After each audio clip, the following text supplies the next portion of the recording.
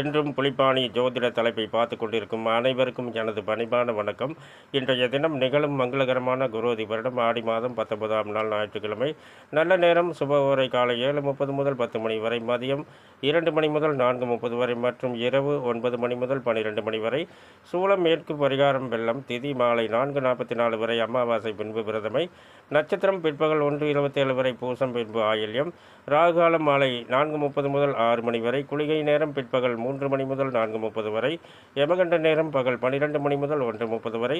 தனுசு ராசிக்கு சந்திராசிரம தினம். இன்றைய கிரக நிலைகள்: ரிஷபத்தில் குரு செவ்வாய், கடகத்தில் புதன் சூரியன் சந்திரன், சிம்மத்தில் சுக்கிரன், கன்னியில் கேது, கும்பத்தில் சனி, மீனத்தில் ராகு.